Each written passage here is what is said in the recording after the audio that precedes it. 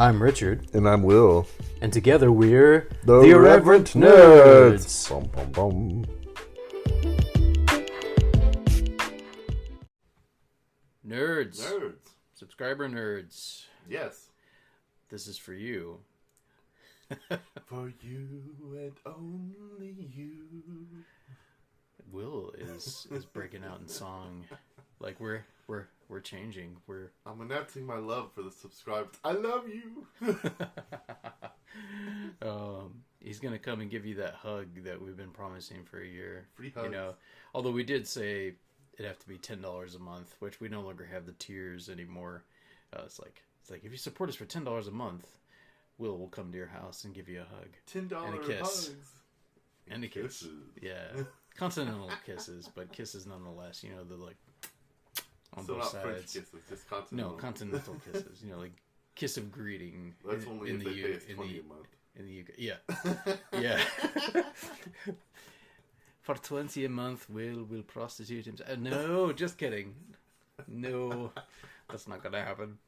We're not that desperate. We're not that desperate.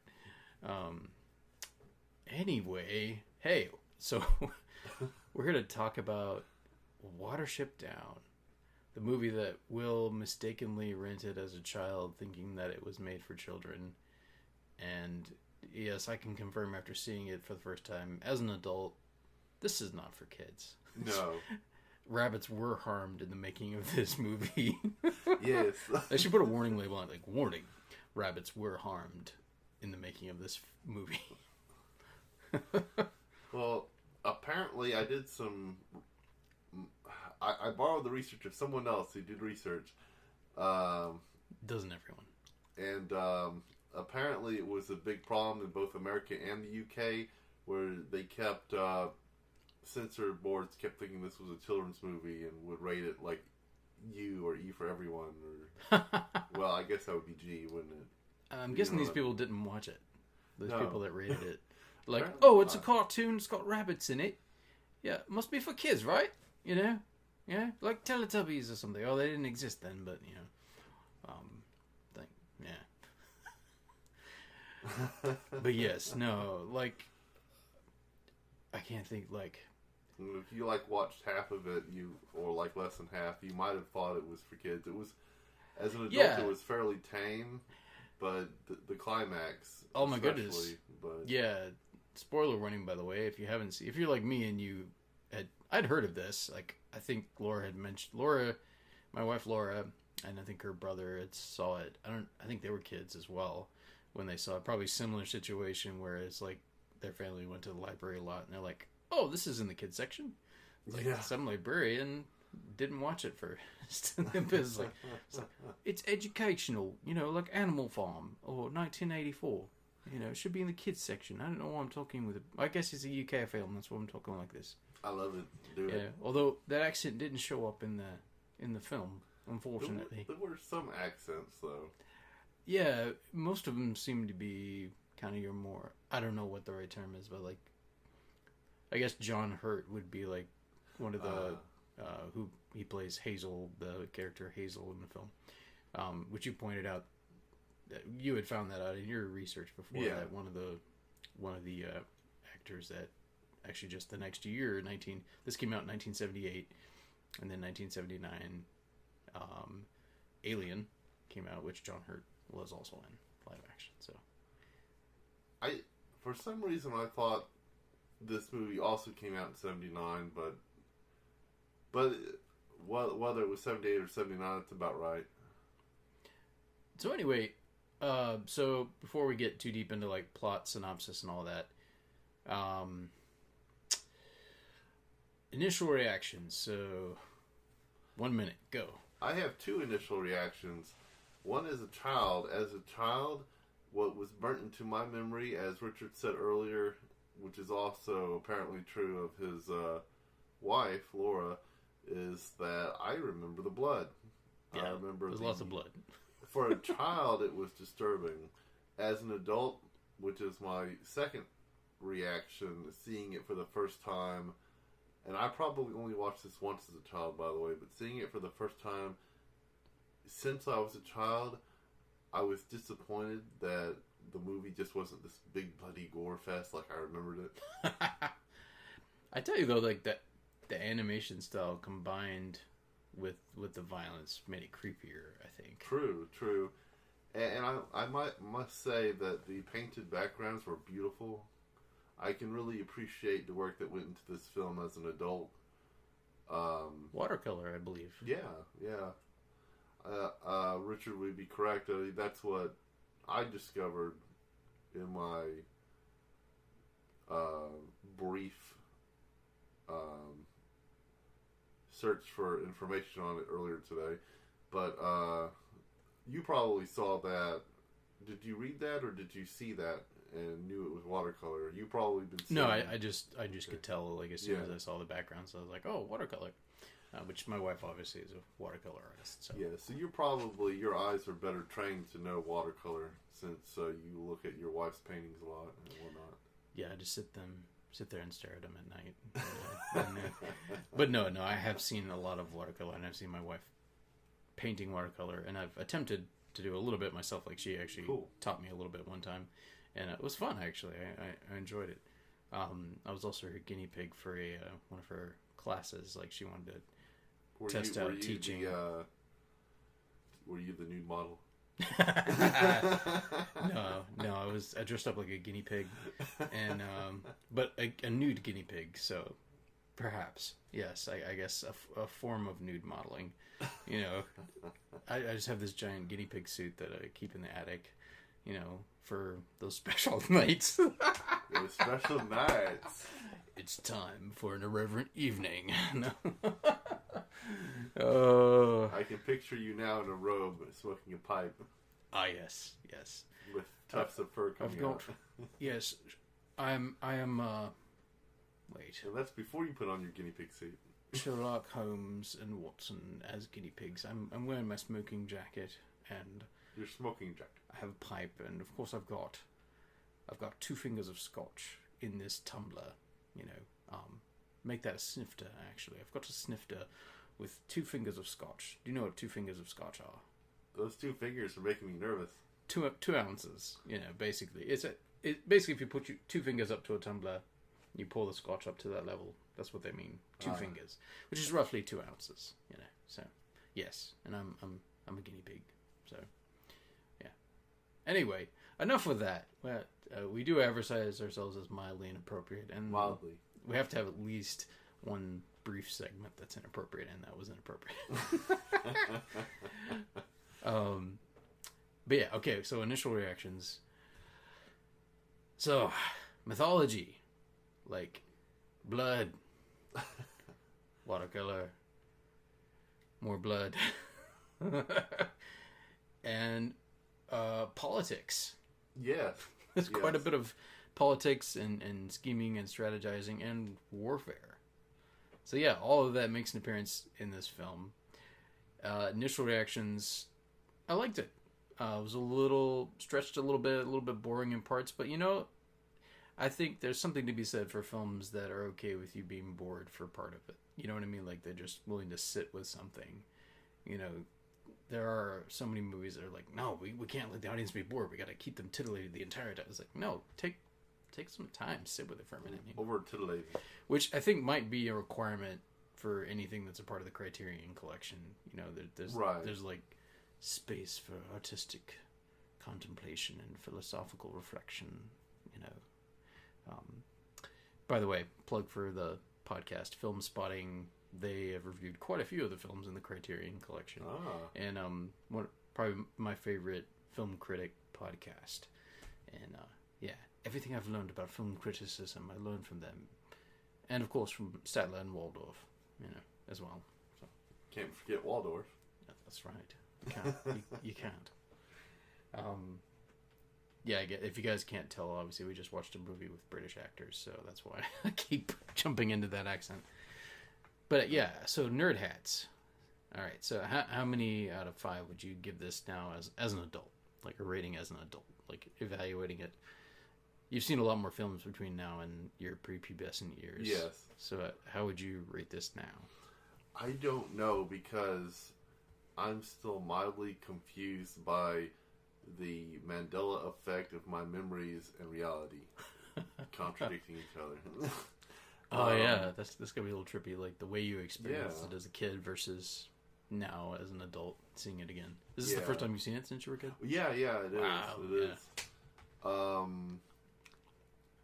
So I'm confused because I think my childlike mind overemphasized the violent parts of the film. Mm-hmm. That's what I came away with. But most of the film was calm, quiet, unremarkably tame. Like Richard said earlier, it did have some shallow minor politics and warfare in it. I wouldn't call them shallow. Well, not shallow. But I mean, you're right. Not like shallow. Not like state level politics. It's more like smaller group politics. Yeah, that's what I meant. I meant that it was a part of the plot. We didn't stay on it for very long. I don't think it was trying to be too heady. I don't know. Maybe you, Richard, know what I'm trying to say. It wasn't exactly. Didn't hit you over the head with it. It was more subtle. Well, it felt like, I mean, because you really do get, like gradually as the film goes on, you get immersed in this world of rabbits, and it felt more like the kind of politics that would actually exist in rabbit society. Like if you, I didn't think of that. Like the kind of concerns that rabbits would have. It was very down to earth in that sense of like these are concerns that real rabbits have, like trying to avoid dogs and foxes and cats. But there's also, now this is where maybe more human politics got infused. I don't know how often there's like warfare in between burrows of rabbits. Well, I saw a video of two hares boxing it out earlier. I don't know. Yeah. I guess they did infuse quite a bit of they anthropomorphized the rabbits obviously quite a bit. I suppose. But yeah, some of the base level concerns are definitely what rabbits would deal with, and part of the main plot. So I guess speaking of plot, I guess we can get into like a summary. I guess what I was trying to say is it's not exactly Animal Farm, which I haven't seen yet. Okay, maybe we can do that. I haven't either, but I'm led to believe there's a lot more allegory and politics in Animal Farm. But we were talking about nerd hats. For some reason, 3.5 is coming to my mind, and I don't know if that's a fair rating. I'm still reeling from not just the confusion of, like I said earlier, of what I saw as a kid versus what this movie actually is, how I'm experiencing as an adult.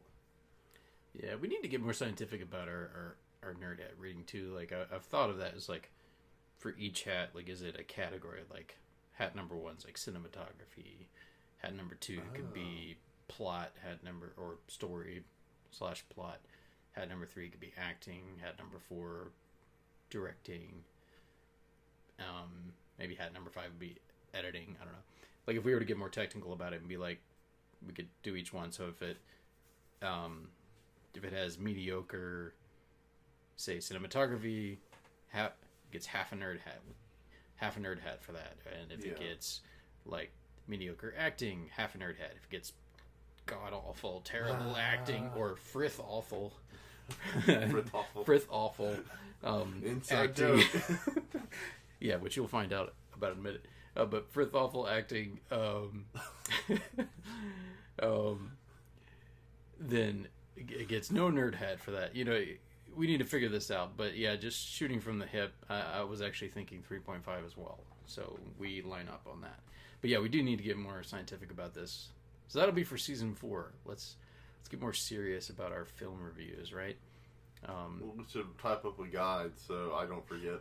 Legit. Like, no, I was actually thinking earlier today, is like, let's get a book on how to review films, and I need to start listening to the Film Swatting podcast again. Yeah, because both those guys are actually professional film critics that work in Chicago. and I can't remember their first names at the moment. It's been a while since I've listened to the podcast, but I highly recommend it. And yeah, so they review new films, but they also go through classic films, and they have done quite a few in the Criterion Collection. I don't know if they've ever done Watership Down, but it wouldn't necessarily surprise me.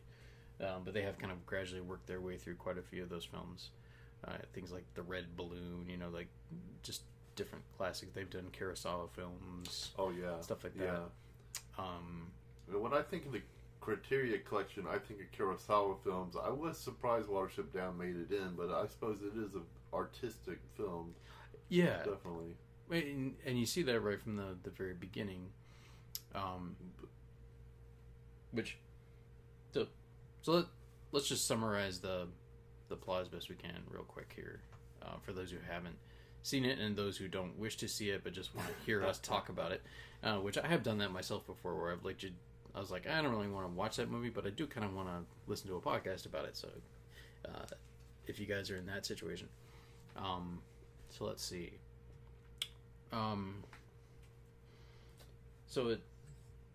Early on, we get introduced to, let's see, and correct me if I'm wrong on any of these points, to the characters of Hazel and Fiver. Yes, the original title of the story.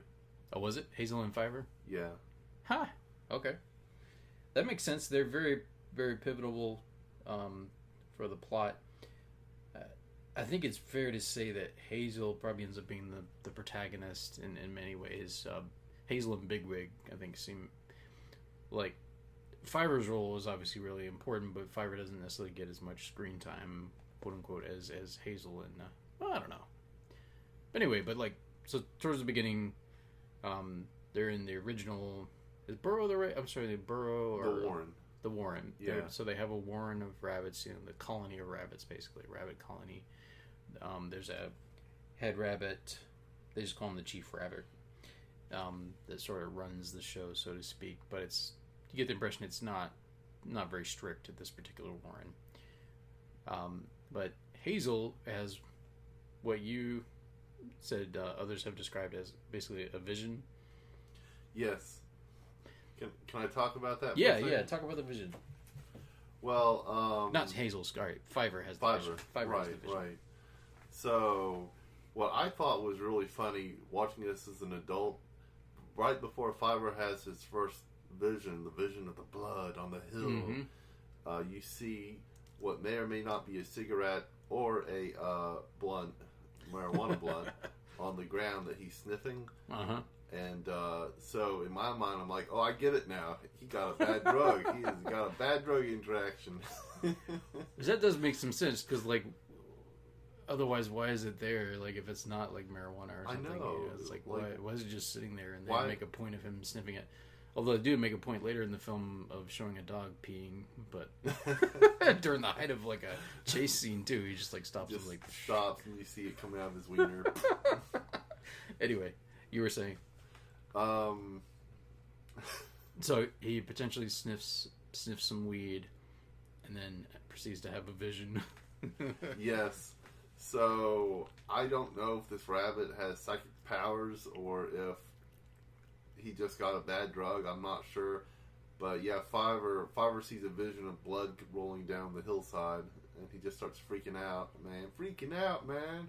Yeah, and that vision, they use artistic expression to indicate that he's having something like a vision, because or something, some kind of prescient, because everything starts to go abstract, the trees start to swirl, and then like you said, you see what looks like either it's like a shadow, but also could be blood, like you said, covering the field, and basically Fiver tells Hazel, right, his friend, it's we need to get the fuck out of here, basically, and they're basically, and Hazel's like, all right then, let's go and talk to the chief rabbit about it.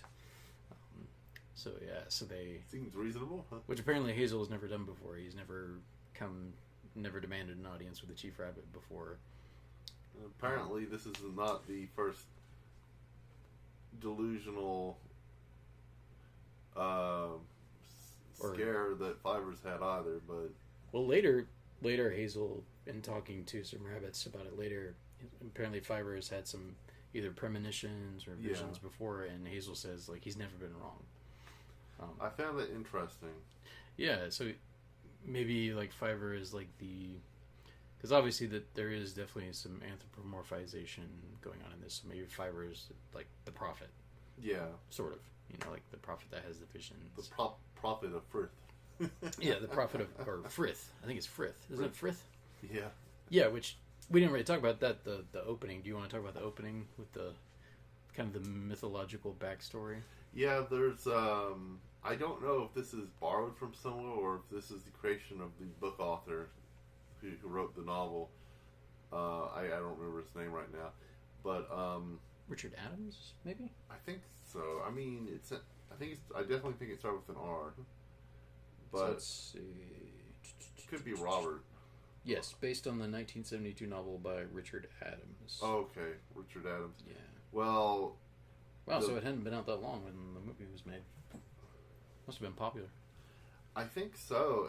I actually heard a bunch of publishers turn the book down before it finally got picked up and renamed Watership down. But, yeah. Which, by the way, is a real place in England, so I'm assuming it's supposed to take place in Watership Down, I guess. And I didn't know that, like, all these years since I saw it as a kid, I thought that the warren they escaped from was called Watership, and it just went down. Watership's going down. It's sinking. No. Anyway. I'm being serious, too. That's what I thought. Well, hey, I didn't know it was a real place, and I just knew it was the title of the movie. Then when I Googled it, a picture of the actual English countryside in a place called Watership Down actually showed up. So apparently there's a real place. Because the internet never lies, right? Yeah, well, that makes a lot of sense, though. Yeah. The film starts out telling this mythological backstory. In my mind, I mean, I definitely remember this from when I was a kid. That was one of the most memorable parts of the film for me, other than the violence. So basically, I just think of it as Rabbit Genesis. And so the Rabbit God, or essentially, basically a sun god. Sun god. Yeah. Well, I'm just joking. He's not the Rabbit God. The Rabbit God is this black thing that jumps around later. I thought that was like the Angel of Death type thing. It's the Rabbit Angel of Death. Yeah. I mean, Frith is like, I guess maybe Frith is like the supreme god or something. Yeah. The creator. He's definitely the creator, right? We're creating we're creating a pantheon around this film. Yeah. The two spiritual entities are, so yeah, you do have the Great Frith. Yeah, the Great Frith. The creator of all things, basically, according to rabbit lore. And then you have let's see, I wrote the other one down here. The Black Rabbit of Inlay, which is, I think, essentially represents death. Right. So, like, the creator gives Inlay, life. anyway? I think it's a place in the UK. Really? Inlay. Oh, okay. It sounds like a place name of Inlay. I know you have in Scotland. You have the Isle of Islay, an area called Islay. So maybe Inlay is another. Anyway, I find it's interesting. The rabbit sins against Frith by eating too much grass, which is something that Fiverr does later. But he also doesn't. Isn't it also his refusal to rein in the breeding of the rabbits? Right. Frith gets upset because the Prince of Rabbits, Elefretha, does not want to control the breeding, and for some reason, Frith is apparently mad that the rabbits are doing what he made them to do. Yes, you're doing it too well. Yeah, what he said. Calm it down now. I wrote it down here. Frith says to Elefretha, or Elefrera. I think Elefrera is how I say it. I think so. If you cannot control your people, I will find a way to control them for you, basically. And that's when the fall happens. Yeah, and then he gives. It is basically an analog to the fall because to the Christian idea of the fall, which I mean, obviously England, Christian nation, so I'm sure the author was very familiar with Christianity, but Anglicans. Like the fall for the rabbits shows up as like the other animals. Like the rabbits were basically special creation. So they're kind of like the analog to humans in this. So they're like the special ones, I guess. But then all the other animals are, I think they're he as a result of the prince's refusal to rein in the breeding, Frith then decides to create speciation. Basically, like he makes a bunch of species and then gives some of them a desire, or actually, I guess it kind of implies all of them to some extent, some more than others, but all of them a desire to kill the rabbits. Basically, like he's like, everyone's going to be your enemy. Apparently, everyone in rabbit mythology was a herbivore before Frith got mad. Then Frith was like, "And now you're gonna die." Yeah, I'm going to control your population. So eugenics, or well, it's not exactly more like not genocide either. Not exactly, because genocide would be wiping all of them out. Population control, I guess. Yes. So he uses foxes and dogs and cats and other predators to control the populations of the rabbits, which to me, like the mythology that he creates around it is brilliant. Like, because obviously it has echoes of other mythologies, Christianity being one, but it does seem like something like if rabbits were on a similar intelligence level to us, and if we were able to communicate with them and find out if they had a mythology, it does kind of sound like something that they would have. You know, it's like he kind of puts himself in the mindset of a rabbit. You know, interesting. So I wonder when the cat population got out of control, what Frith did to take care of the cat lady. Yeah. Maybe this is like a cycle. It's like the rabbits get under control, but then the cats breed too much, and he's like, okay, well, something else got to come in to get rid of the domestic cats. You know, dogs maybe. The dogs start eating the cats. I don't know. The cat lady marries a man who loves dogs. That's it. There you go. Oh man. So that, like, would you say, like, this is something I picked up on. Would you say that Hazel kind of becomes a stand-in for the prince in a sense in the story? He's like sort of like, you know, if you have like those archetypes within mythology, the Jungian archetype, like they get repeated. Would you say Hazel's kind of the hero of the story? Maybe represents the prince to some extent? I think so. I do believe, if I'm not mistaken, that he becomes the chief of the New Warren. Yeah. Fiverr is just too nutso, too unstable. Yeah, he's is too the right word. plagued by visions and anxieties and fears. Yes, exactly. I was politically incorrect for a moment there. Well, we don't talk about Bruno, so... Anyway, yeah, he was too unstable. We talk about Fiverr. Have you seen Encanto? Yes. Okay. We don't talk about Fiverr, but no. Anyway. I bet you've seen Encanto a lot with your girls. Oh yes, many times. Heard the soundtrack a lot more.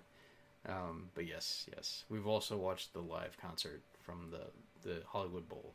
I didn't know that there existed a live concert. It's on Disney Plus. Oh. Yep. But no, I enjoy it. It's good film. Although the grandmother, who I think is basically the villain in the story, but who gets redeemed, sort of, she's so annoying. But I think she's supposed to be. So, but anyway, where were we? We were still talking about the one intro. movie, then we jumped to a different movie. Yeah, we jumped to a different movie. My fault. All right, so the opening, you know, the mythology, you know, and that's done in a slightly different art style. What would you call that art style? I don't know, but what I do know is that the mythological part in the beginning was animated by a different animator who was uncredited in the film because he left production before they brought in the new animators that did the bulk of the story. Yeah, because but that's a very interesting art style. Yeah, well, I think it was supposed to be evoking things like cave paintings and things like that. Like it felt like that. Like it was trying to evoke, you know, cave paintings or like say East Islander tattoos. Yeah. You know, that kind of thing where it's like you're telling stories through picture. Oh yeah, definitely Native American or something. Yeah, a little bit of that too, I think. But yeah, it kind of evoked some of that art style, at least in my mind. It worked very well. Yeah, it reminds me a bit of some of the exposition scenes in Moana. Actually, I don't know if you've seen Moana, but I have. they have some exposition of mythology in Moana, and there's some similarities in art style that I doubt that they were inspired by Watership Down, although you never know. But no, just picked up on a few things there. I was like, so yeah, you got the idea. It was like, oh, this is the mythology. Like, so you kind of you knew that. Yeah, like, that was obvious. I guess. One question I did have, I guess it doesn't really explain. Like, are Hazel and Fiverr just friends, or are they father and son? they're gay lovers. You never know. They're friends.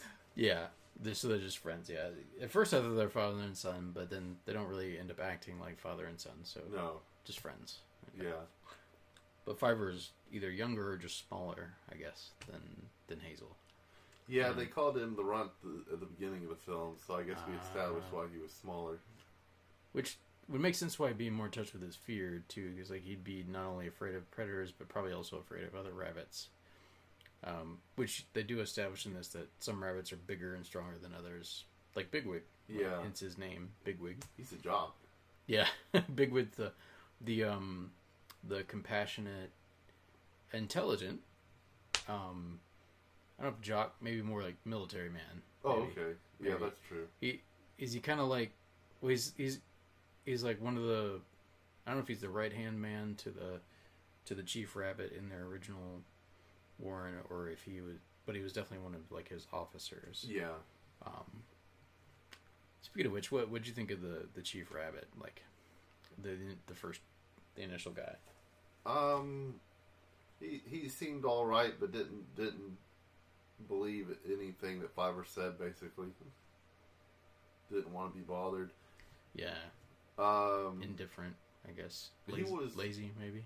Yeah, lazy perhaps. Old, tired. Was he arrogant? You think he was arrogant a little? Probably, yeah. And then he basically sees them as troublemakers, and he actually sends Captain Hollow out later to arrest them. I forgot about that. So he wasn't exactly the best leader either.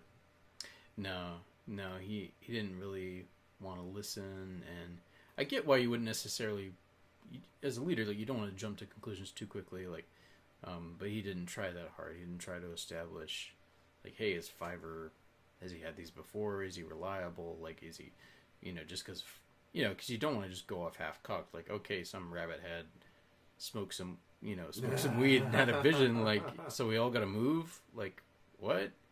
Exactly. But if he had bothered to find out the backstory, too much grass. Yeah, Watership Down, Piglet. a little too much grass. Fiverr. Oh, that's what yeah. Oh man, so that that kind of sets the story in motion. Like he refuses to believe, but so then Hazel basically believes Fiverr, and he takes the lead, and he's like, hey, so we're gonna go, and he essentially rounds up some other people, other rabbits from the warren, and they decide, I guess maybe they had been privy to some of Fiverr's previous premonitions as well, but that would make sense. Either that, or they just trusted Hazel. Whatever the case, they decide to go along with them and leave, and so does Bigwig, who basically turns against against the chief, and ends up subduing Captain Holly as well, so that they can get away, and he becomes a really important character. Bigwig does, which I wonder if that's where the term Bigwig came from. Like, did it come from this novel? Nah, probably not. I assume that the novel chose that name because it was already synonymous with. I think I just got it. What'd you get? You know how the important men used to wear wigs, like the 1700s? Yes. I bet that's where it came from. Like, probably. Oh, he's a big wig. Like, literally has a big wig. I think you're right. I think you are. But anyway, yeah, so that rabbit is called Bigwig because he is actually big. And for some reason, he has extra hair on top that makes it look like he has like a toupee. Yeah, big wig, I guess. So they escape. So Hazel and Fiver and I think 6 or 7 other rabbits, including Bigwig, run away.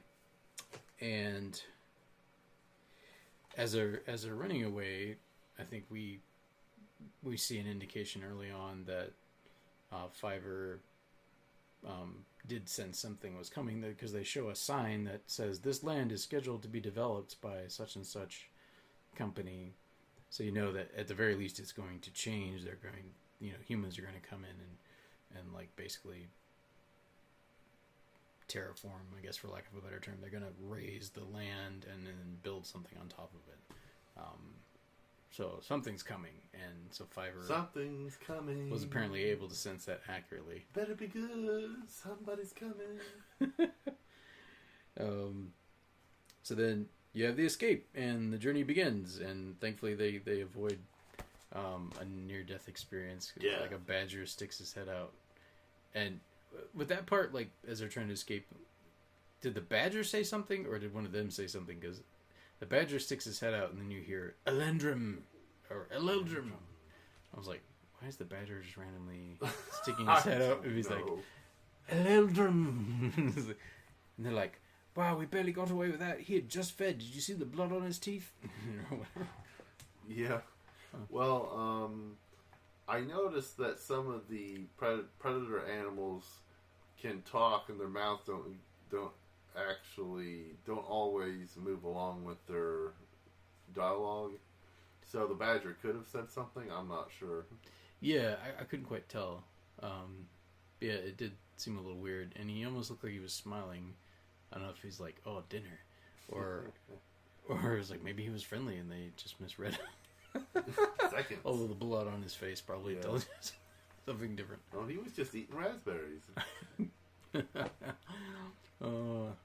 It's like the friendly badger from Wind in the Willows. Yeah. You ever seen that? Talk about some creepy cartoons, man. I have There's some creepy stuff. Wind in the Willows? Yeah, they did animated versions of it. Well, what was that one with... There's some weird memories from that from my childhood. Like, not as bloody as this, but there's definitely some violence, and it's just, like, involves frog and rat and I thought so. mole and there was some badger. Well, okay, I saw the Disney cartoon, and I don't remember the blood. Yeah, there's no blood, but there's definitely violence. Oh, like, okay. Yeah. Yeah, because Disney almost never shows blood, except for when the beast gets stabbed. Is that the same film we're talking about? No, Beauty and the Beast. Oh, right. But anyway, but yeah, Watership Down. Like, imagine if tonally, imagine if Fox and the Hound had a heck of a lot more blood in it. Yeah, you kind of get Watership Down. Throwing some politics. Yeah. the gender bend the fox and turn it into Romeo and Juliet.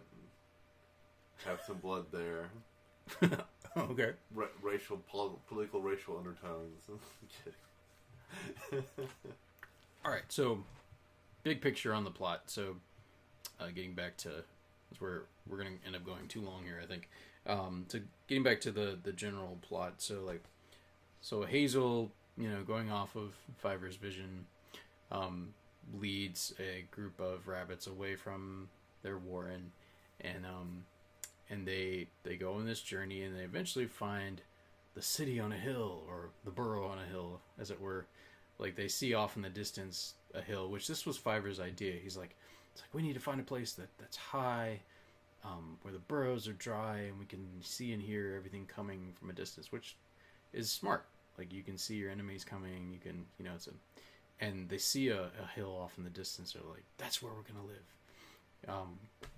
So they make their way towards that, but then they run into some things along the way. But that's basically the plot. Like, they make their way there, then eventually. Sorry about that phone call. Forgot to. What was I saying? Eventually. So yeah, so Hazel, like, along the way starts to realize, oh, we're all dudes. We're not going to be able to start a new warren without some mates, basically. So along the way at a farm, he finds some potential mates and keeps that kind of in the back of his mind. It's like, we're going to come back. We'll come back for you. Which they later do. Well, it was the 70s, and they weren't out of the closet yet. But the fact remains, though, that because they say this once they finally make it to the hill, is like they talk about the problem. They're like, it's like, yeah, once we die, that'll be it. There'll be no more war, and because they have no babies. So the need to pass on, and have progeny, which obviously you can't do with a group of males.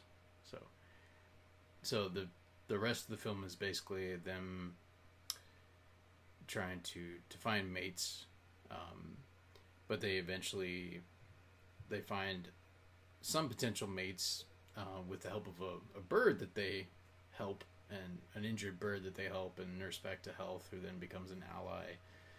Kahar, I think, right? Kahar, what's his name? Kato? Kahar. I believe it's Kahar. Yeah, Kahar. Kahor. No, Kahor. Kahar, voiced by Zero Mostel, by the way, of Fiddler on the Roof fame. If I were a rich man. For some reason, there's a right. Russian Jewish bird in Watership down for some reason. From Big Water. From Big Water. That's a city near Moscow, right? I don't know. Which birds migrate a long distance, so I mean, why not? But he's a foreigner, basically. But he becomes an ally for them and helps them, and he locates this other borough, but it's basically run by a military dictator, essentially. And do you want to talk some about him and about that place? Well, you stuttered and you said a military dick, so I was like... Oh, military dictator. Military dictator. Well, he is also a dick. But it's General Woundwort. So, do you want to talk some about General Woundwort and his... I want to know how one of his eyes got blinded. Must be from the war. He apparently was in a war because he's a general. I guess. I want to know what this rabbit war is. I know. This is where definitely some anthropomorphization comes in. I'm sure rabbits fight each other at some point, like over territory or mates or food or something. But yeah, this is obviously taken up to a whole level because he's got like soldiers and officers and stuff. So he's even more of a tyrannical leader than our original chief in the first Warren of the film.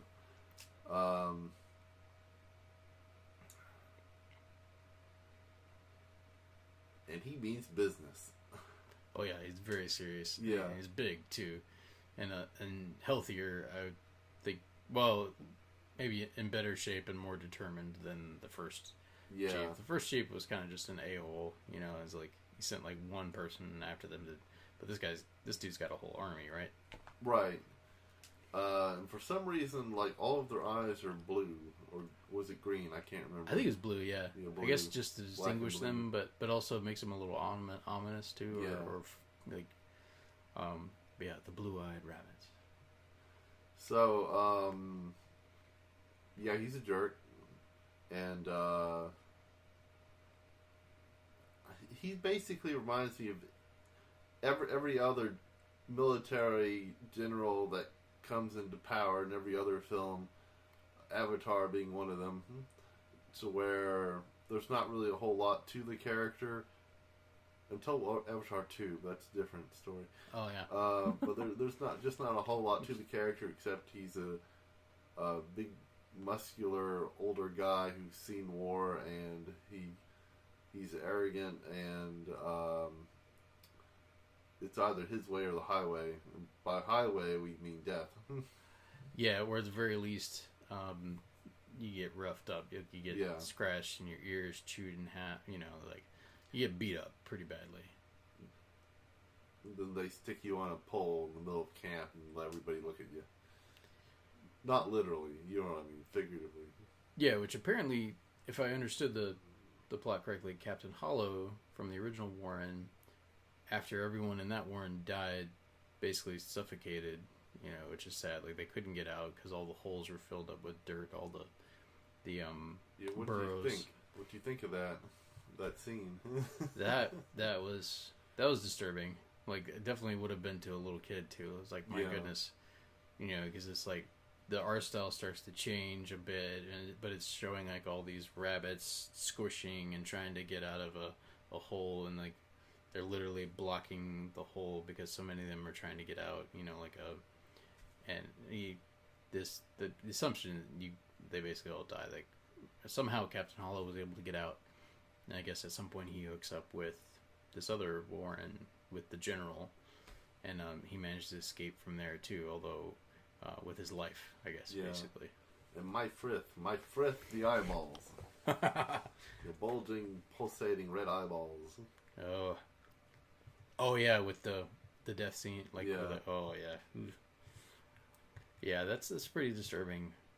Definitely, like, that's the first part of the film that's really, like, I mean, there is the part where Bigwig gets caught in the snare, and there's like frothing blood at the mouth, like he's getting choked, and but this is definitely worse. Yeah, definitely worse. So the mythological part and the being bulldozed alive and suffocating are two of the things that I remember from my childhood. Yeah, which, like, you know, and I'm sure that has actually happened, you know, where people are trying to come in and do that, like, which is horrible to think about. Like, I think there are actually people in some organizations that try to come in before a land is developed and like, relocate as many animals as they can beforehand, because their ecosystem is about to be destroyed, basically, because we so often do just slash and burn. You know, we just, it's pretty awful. Which they refer to, what is it? It's not Hazel, but one of the other rabbits in his group. It's like, yeah, men have always hated us.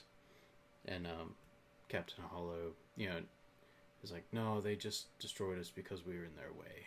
Yeah. And then one of the other rabbits comments, like, they won't rest until they destroy the earth. Bit of the politics there. This was more of hit you over the head. I think the war politics was more subtle, but I don't know. I mean, yeah, we do a lot of damage, that's for sure. I mean, that's accurate. But I had another thought. I was like, there's an extent to which evil is relative, right? Like, you know, in this story, the protagonists are the rabbits, and, you know, like, it's so horrible, you know, obviously, that they died because making way for human housing development. But think about when the rabbits dug the burrows, like, how many, like, worms and insects did they kill taking their burrows? You know, so, like, to some extent, it's like circle of life. It's like, it doesn't excuse unnecessary harm, like where you take more than you need, or you destroy more than is necessary for survival. But, you know, especially given that we're more aware of that and the consequences of our actions. But, like, ultimately, resources are limited, right? So, you know, if you have scarcity, at some point, one species has to die in order for another to live, or, like, even if it's just a species of plants that have to die for an herbivore to live. You know, some death is required for life to continue, which is trippy. But yeah, that's your philosophy for this episode. Yeah. Today on our philosophy segment,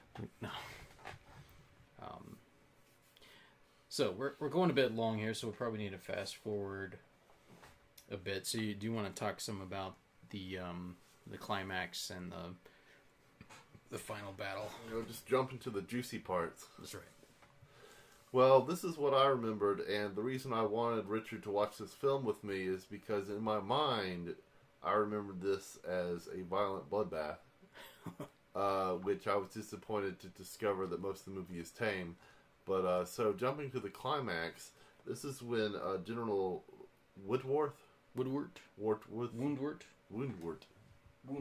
Yeah, Woundwort. Woundwort. According to Wikipedia, Woundwort. Chasing after Heisenflay and all the other rabbits that basically he can... Is that German? He talks about them like they're traitors. Like, right. You abandoned, you left the warren, therefore... Well, it comes back to... I guess the mates are valuable, so he's not going to kill them necessarily, but he's going to bring them back. Right. Bring them back into slavery, basically. It's kind of the idea. But anyway, you were saying. So, do you think... I'm getting off topic. Do you think that his warren, the general's warren, was some sort of allegory for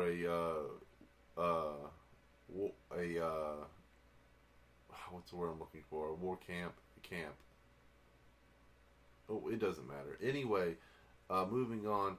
So, at the end... Bigwig gets, like Richard said, gets a bunch of the enslaved rabbits out of the general's warren and brings them back to their warren that represents democracy or something, and peace and safety. Basically. Peaceful freedom. Well, yeah. It's not capitalism. They do talk about freedom, basically. Like, it's like freedom. So, prison camp. That's what I was thinking of earlier. But anyway, so I'd say more like maybe a dictatorship, like a country, right. country. Like Bigwig actually volunteers to be an officer, so he infiltrates. He infiltrating the enemy camp, so to speak, or the country. And then I guess it is kind of like that too. It's a little bit like a infiltrating the enemy camp, and then you break the prisoners free kind of thing. So it's a bit like that too, I guess.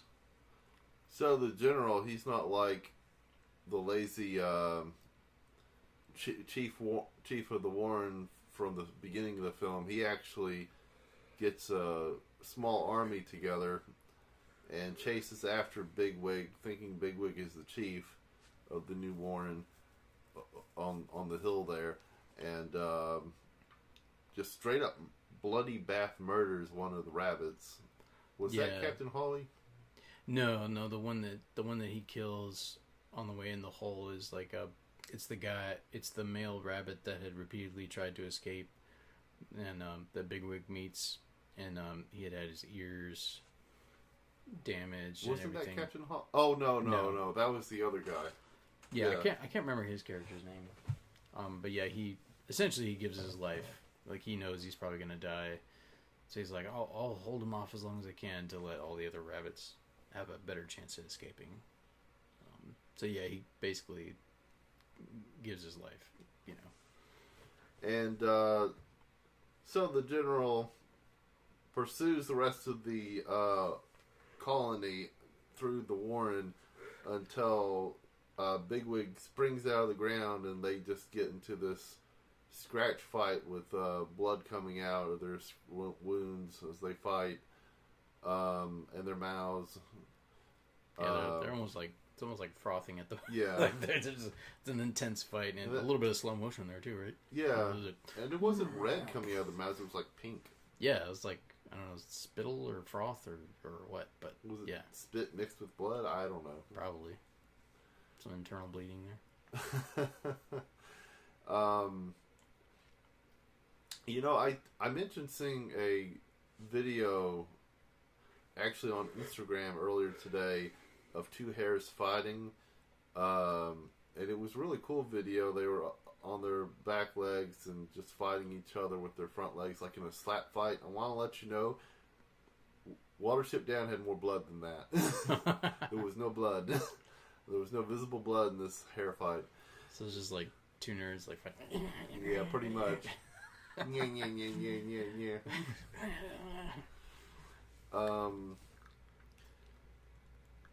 So this is when the real chief, apparently Hazel, decides to go let loose the dogs of war. Yeah. And or the dog. The dog of war. It was just a pun. It was a pun. Yeah. And the Hellhound. And so they lead the Brilliant plan, by the way. Yeah, it is brilliant. Yeah. They lead the dog, who we know is male. Yeah. Because he decides to stop and pee on a electrical tower halfway through the chase. Yeah, lifts his leg up and everything. Comes up and just kills a bunch of the members of the general's army. Just rips through them. There's even one scene where there's a hole in a rabbit. Yeah. So the climax is where most of the blood of this film is. I think if the entire film had been this bloody, that maybe my little brother and I wouldn't have actually seen the whole thing. Oh yeah, they turned it off. It's like, whoa. Wait, your younger brother watched it with you. Yeah, and wow. he's very sensitive. He saw the movie Bambi, and he wouldn't eat deer anymore. My dad is a hunter. Mm-hmm. Just wouldn't eat deer out of solidarity for Bambi. Mm. So I need to ask him what this Watership Down film did to him. Yeah, well, I'm sure he vowed to never eat rabbit, but not that most people do. But although I think it gets eaten more often in England for some reason. For some reason that's in my mind, but I may be wrong about that. I don't know. Rabbits too. I guess that's true. I've never had rabbit, so have you had rabbit? I know you had squirrel. No, my mom used to be a rabbit breeder. She bred rabbits for pets. Every now and then she'd get a phone call where the person would be like, "Can you dress the rabbit up?" And my mom's like, "Sure. What do you want the rabbit to wear?" They're like, "No, I want to eat it." And that's when she hung up. Yeah, we never ate rabbit. Oh yeah, did you guys have the rabbits when you saw this movie? Yes. Did you go out afterwards and make sure they were okay? Well, I had this one or giant were you scared of rabbits after that? George. They kept getting out, and I made sure George was safe in his cage. So I just had this other mental picture of a nose hair, a giant nose hair that keeps getting out. I have that too. Yeah, I have this problem. That's true. We are creeping up on 40, so nose hairs start to do interesting things the older you get. So we are becoming our fathers. That's true. And eventually our grandfathers. Yeah. And then pretty soon the black rabbit of Islay will come for us, and our spirit animal will run through the fields. Oh, yeah. Which is what happens to Hazel at the end of the film. He dies as an old rabbit. We're like, yeah, Hazel, you lived and died a normal death. Sort of. I mean, he does get talked into dying by... I know it's metaphorical, but, the black rabbit of Islay... Or Inlay. No, Inlay, excuse me. Inlay comes to tell him it's time. Come with me. I have a question. Is the black rabbit of Inlay... Is that... Also, is that the ghost or spirit of the Prince of Rabbits, or is they separate? That's a good question, because at one point he helps Fiver, it's not Hazel's time. He actually helps Fiver find a wounded Hazel who's been shot by a farmer as he's trying to escape that farm the first time where the dog and the cat are, and see, I don't know. It's a little mysterious because normally if it was just straight up analog to the Angel of Death, obviously that being only comes when it's time, or just death itself, with the skull, the skeleton with the robe and the scythe, kind of that idea. They pretty much only come when it's time. But yeah, it did seem different. But maybe so. Yeah, maybe there was some connection. So, do you have any thoughts? Final thoughts. Well,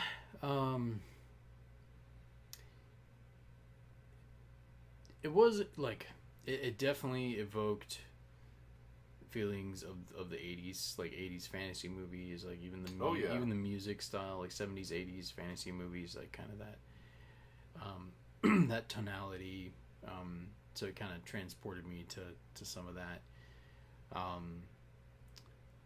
Yeah, I think it had a good story, it had a good plot. You know, the voice acting was well done. I think which is what's meant to be. I think Bigwig and Hazel are, you know, your two favorite characters. I think, and then obviously the general is the other one that's the most fleshed out. You know, and he's very engaging, interesting as a villain, and a little bit of comic relief with the bird and oh yeah, and Zero Mostel's performance. You know, at first it annoyed me, but then you know I got used to it, and I was like, it's like no, this is good. This film needs a little bit of that. Like, but yeah, definitely the film. You know, which would be true for real rabbits, I guess, in terms of their life. Like, there's this undercurrent of anxiety and always having to be wary and watch out for predators, which I mean would be real life. You know, out in the field, so to speak. Like, so you feel that undercurrent of anxiety throughout the film, and the real feelings of danger. But yeah, no, I think it was good. It was a good film.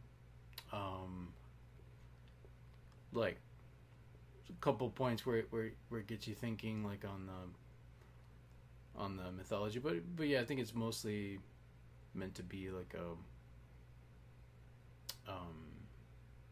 just a good story, I guess, like an interesting story. And the only note I might say on the art, like even though the backgrounds were beautiful, like I was taken out of the film sometimes with the panning that was done. Is obviously they were just literally panning a picture. It wasn't. They didn't quite have the same sophistication, obviously, as like Disney's setup. Like even Snow White had more sophistication in terms of camera moves and such. Like the way that Disney figured out how to do that. Than this film did. So that was a little, I guess, amateurish. Even though the paintings were beautiful, just the way the camera moves were done, you know. But the animation of the rabbits was good, which obviously is the main point of the film, and the acting and the plot is engaging enough that you get into the story. At least I did. So yeah, I think I did enjoy it. I definitely will not let my kids watch it. It's too violent and creepy. For little kids, like no, this is something like you don't want when they're like junior high school. This would be something interesting to watch and talk about. You don't want to expose them to rabbit religion. Yeah, but no, it would definitely, like, for older kids. You know, it would give some interesting talking points. Like you could talk about in mythology, and you could talk about God, and you know, it would give you some jumping off points for that, you know, but even politics and like fight for survival, and like, you know, what do you do when, you know, a foreigner is wounded? Do you help it? You know, just different talking. There's some really interesting meat to chew on, I guess, yeah. So yeah. No, and I think 3.5, like I said, there's a few things that took me out of it, like the music occasion was a little too chipper for like the tone of the film occasionally, which, although maybe in some ways that made it creepier, so maybe it did work, but yeah, like I think overall, like, yeah, 3.5, you know, I think is definitely fair, and yeah, so I liked it. Great. How about you? Final thoughts? Yeah, as an adult, I can appreciate this film for what it is. I know the Richard, was it Adams? Oh yeah, the writer. The writer who wrote the novel. I know that his intentions for gearing this towards children is that he wanted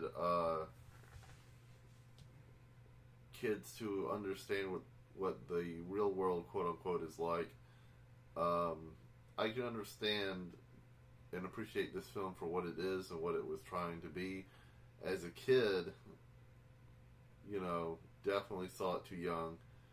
But yeah, I liked it too. I really liked the characters. I think Hazel could have had a more interesting character design, but I like Hazel and Bigwig. Some of the characters, like the laughing gull or seagull. Is it a seagull? Well, he talks about being from big water, and I joked earlier, but I understood it to be a reference to the ocean anyway. That makes sense. Yeah. I thought he and Fiverr were sometimes a little annoying, but I really liked the film. The film was bloodier than I'm used to seeing. I mean, if this were an anime, it'd be like, oh yeah, there's blood in it. It's an anime. What were you expecting? But being that there aren't a lot of, that I'm aware of, a lot of UK children's movies with this much violence and blood in it, it was something more provoking about it. Unexpected. But yeah, it is a good film. It's very artistic. Yeah, I think some of the mythology vignettes are some of the more interesting artistically in the film. Like it's artistically written and created, except for those painting pans. Yeah, that's the one thing. Although there was one really cool pan, like visually one of the coolest sections of the film where they were invited into that, like, the Deceivers Warren, they go in to get out of the rain, and you see it panning around from hole to hole. You see the rabbits on the other side hiding, like, in between the holes, and but it goes from hole to hole, and so the angle changes. That was interesting visually. Like, I thought that was cool. That's the only part where the panning worked for me more so. Like, but when they didn't pan, like it's more like when they were panning without a character in frame. That's more when it took me out of it. Yeah. But when it was panning to follow character, you're focused on the character, so it's not really an issue. But yeah, anyway. And there was spoken dialogue during some of those pans where there was no characters on screen, and I recognize that as, and I would implement it myself, I admit, as an artist, if I had to do an animated feature. But it's really lazy, though, to have dialogue but no animated character on screen, and you're just panning. It is a lazy tactic. Either that or budget. Either that or just due to budget constraints, which films often run into. It's like we don't have time. Well, we got to make it work, so let's make it work. Yeah, we'll have them talking during the pan. Yeah. And obviously, you got good quality actors involved. Like, I'm sure many of these people, if I were to look, were probably like in BBC radio and stuff like that back in the day. Theater actors, like I'm sure John Hurt probably. Maybe some of them were even in like some of the older, like, Lord of the Rings dramatizations that BBC did. I think I heard the person who directed this film went on to direct other films, including Chicken Run, the claymation film from Ardmore. Huh. Aardman? Aardman. Not Ardmore. That's different. Aardman. Yeah, no, Aardman. Oh, okay, cool. So, Watership Down. So yeah, I think I'd recommend it, seeing it at least once in your life. You know what I mean? It's kind of like one of those you hear about over the years, and you're like, oh, I need to catch up with that eventually. Animal Farm is another that, I've heard about that so many times. It's like, eventually I need to actually watch it. 1984 is another film, which is not animated, but John Hurt also stars in that, by the way. You see the voice of Hazel. But anyway, so. All right. Nerds, subscribers, thanks for tuning in. Those of you who have tuned in. Yes.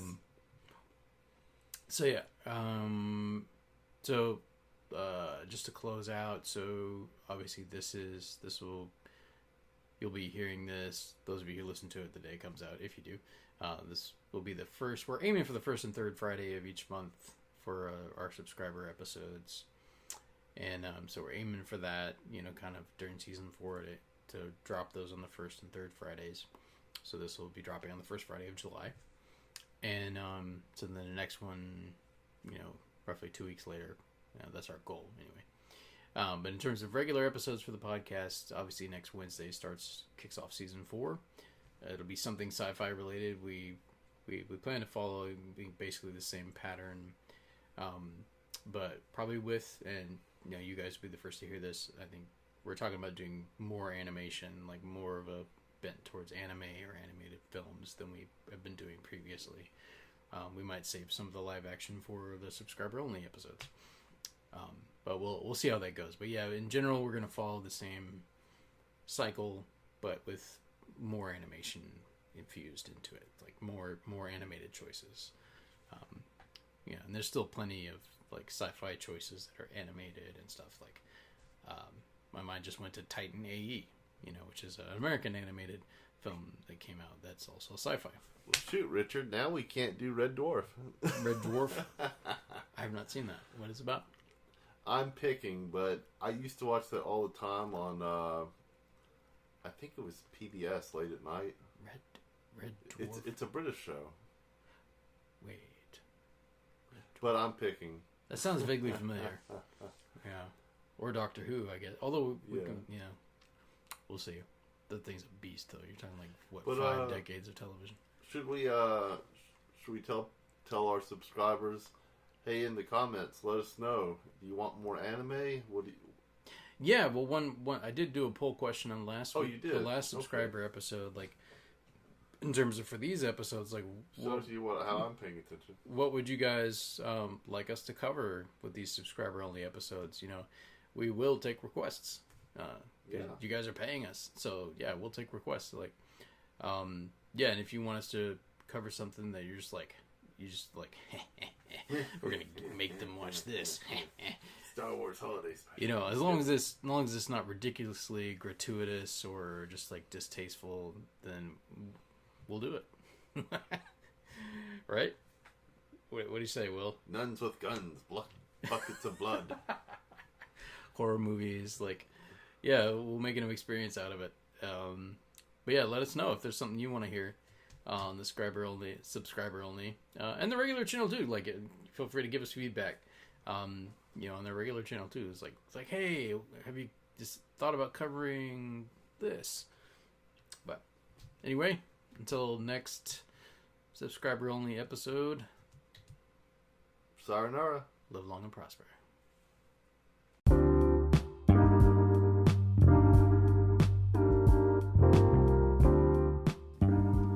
Thank you so much for joining us for another episode of the Irreverent Nerds podcast. If you would, consider following us on Instagram. We are there at irreverent_nerds. You can also hit us up on Facebook. Just look us up there at the Irreverent Nerds. That's our fan page. We have a YouTube channel as well. Once again, the Irreverent Nerds. Nice and simple, right? And if you go to www.irreverentnerds.com, that will send you to our Podcasters for Spotify, formerly Anchor.fm profile, where you can send us a voice message if you want to, support us financially, or listen to the podcast. It will also direct you to other places you can listen, like Spotify, Apple, Google, Stitcher, you name it. So, like, comment, subscribe, follow, all those good things, wherever you find us, wherever you listen to us, we would greatly appreciate it. Until next time, nerds, live long and prosper. Avengers assemble! I'm Batman.